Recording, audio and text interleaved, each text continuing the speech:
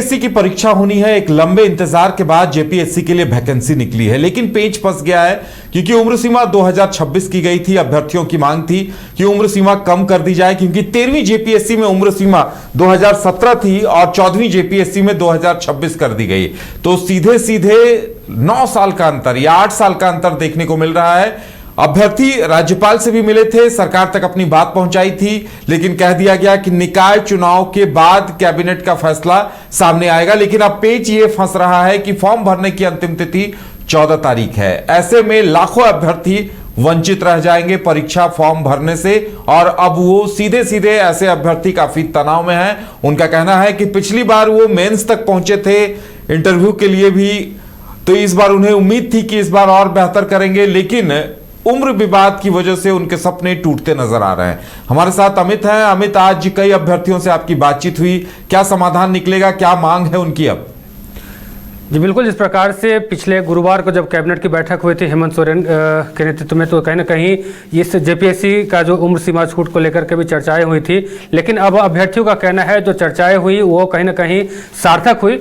बात जो है पहल वो जो सरकार के द्वारा है वो अच्छा किया गया, लेकिन अभी तक उस पर कोई निष्कर्ष नहीं निकला है, उस पर कोई लिखित बातें जो है वो सामने नहीं आई है, जिसकी वजह से कहीं ना कहीं हम लोग परेशान हैं। परेशान इसलिए है क्योंकि अब समय बचा नहीं है, 3-4 दिन का ही समय बचा हुआ है, और ऐसे में लगभग लाखों ऐसे अभ्यर्थी हैं जो इस एग्जाम से वंचित रह जाएंगे। आज सैकड़ों की संख्या में जो है जेपीएससी कार्यालय अभ्यर्थी पहुंचे थे, और अभ्यर्थियों का यही कहना था कि सरकार से हम गुहार लगाते हैं कि सरकार इस पर ध्यान दे और जल्द ही इस पे कहीं ना कोई फैसला ले, क्योंकि अब समय बचा नहीं है और समय नहीं बचा हुआ है। ऐसे में हम लोग सभी लोग वंचित रह जाएंगे। साथ ही उनका यह भी कहना था कि झारखंड में अभी तक जो है बस ये 14वीं कह सकते हैं कि 13 जेपीएससी हुआ है, ये 14वीं जेपीएससी है, लेकिन झारखंड के बने हुए 25 साल हो गए। ऐसे में कम से कम 25 जेपीएससी जो है एग्जाम ले लेना चाहिए था झारखंड में सरकार को।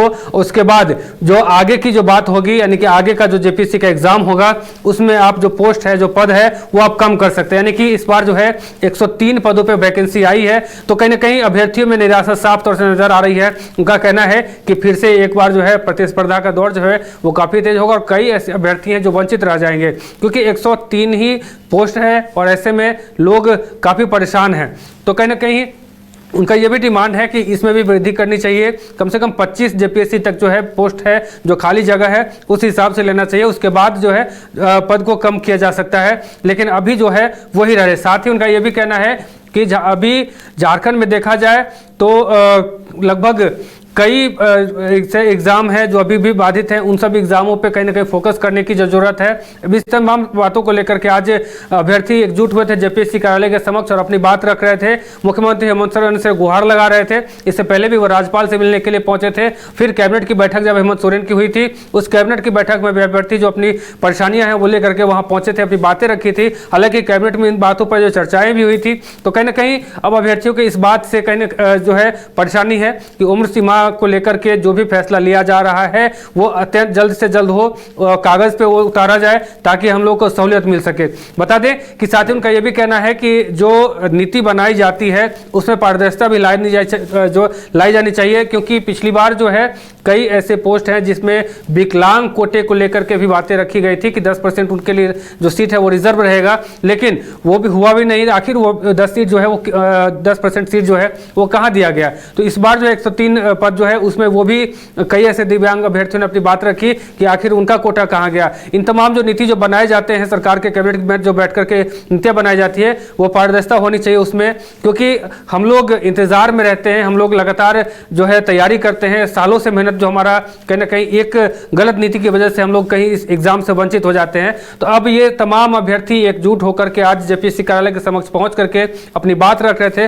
मुख्यमंत्री हेमंत सोरेन से गुहार लगा रहे थे और कह रहे थे कि जल्द से जल्द इस पर कहीं ना कहीं निष्कर्ष हो, ताकि उम्र सीमा की जो बात है उसमें भी हम लोग को कहीं ना कहीं रिलैक्स मिलेगा। और भी कई ऐसी चीजें हैं जिसको लेकर के हेमंत सोरेन से वो आग्रह कर रहे थे। जी लेकिन देखिए अमित, अब तो पेच फंस गया है। लगता है सरकार को कुछ समाधान निकालना पड़ेगा, और अगर निकाय चुनाव के दौरान आचार संहिता की वजह से अगर घोषणा नहीं हो सकती तो ऐसे में सिर्फ एक ही विकल्प बचेगा कि परीक्षा की तिथियां बढ़ाई जाए।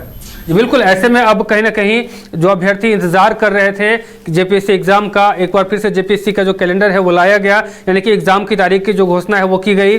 फॉर्म भरने की जो तारीख है उसकी घोषणा की गई, तो अभ्यर्थियों में कहीं ना कहीं खुशी देखने को मिल रही थी। लेकिन अब निकाय चुनाव अब शहर में होना है, झारखंड में तमाम जिलों में निकाय चुनाव होने हैं। अब ऐसे में अभ्यर्थियों का ये कहना है कि आखिर जो घोषणाएं होनी है, यानी कि जेपीएससी उम्र सीमा छूट को लेकर के जो बातें हो रही है वो तो फिलहाल हो नहीं पाएगा, तो ऐसे में हम लोग क्या करेंगे, हम लोग परेशान हो जाएंगे। तो कहीं ना कहीं अब एक बार फिर से जेपीएससी का एग्जाम जो है कहीं जो है टाला जा सकता है और इसकी तारीख जो है निकाय चुनाव के बाद की जो बात है वो भी हो सकती है। जी चलिए, तो अब देखने वाली बात यह होगी कि सरकार और आयोग इस पर क्या कुछ निर्णय लेते हैं। लेकिन अभी अभ्यर्थियों की जान अटकी हुई है, क्योंकि अगर ये मौका वो चूक जाते हैं तो इस नुकसान की भरपाई फिर कभी नहीं हो सकती।